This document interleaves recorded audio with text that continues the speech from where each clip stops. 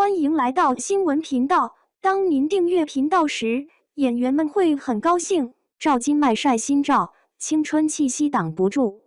在青春气息挡不住这样的评价背后，如果只是停留在表面的年轻元气，其实很容易变得空泛。但如果认真去看赵今麦这组最新照片，会发现她真正打动人的，并不是单一维度的青春标签，而是一种相对稳定且自然流动的状态。照片中的她笑容明亮，但并不刻意夸张。很多同龄艺人在镜头前容易陷入用力营业的状态，比如过度管理表情、刻意放大情绪，或者通过复杂造型去强化所谓的元气感。相比之下，赵今麦的呈现更接近日常，眼神干净，表情松弛，甚至带着一点不经修饰的随意。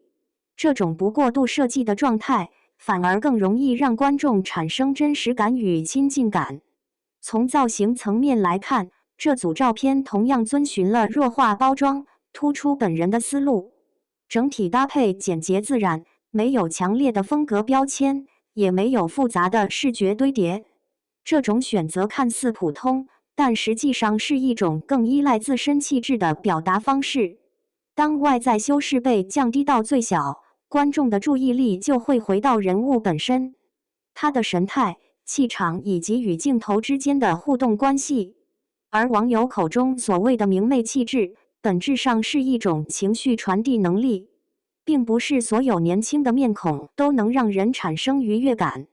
真正起作用的是他在镜头前所释放出的那种轻松与无压力的氛围。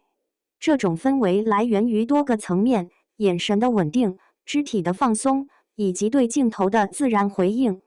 换句话说，这是一种可以通过经验不断强化的能力，而不仅仅是年龄带来的附加值。当然，也需要理性看待这种青春优势。娱乐行业对少女感的消耗速度极快，如果仅仅依赖外形与氛围，很容易在短时间内被更新的面孔取代。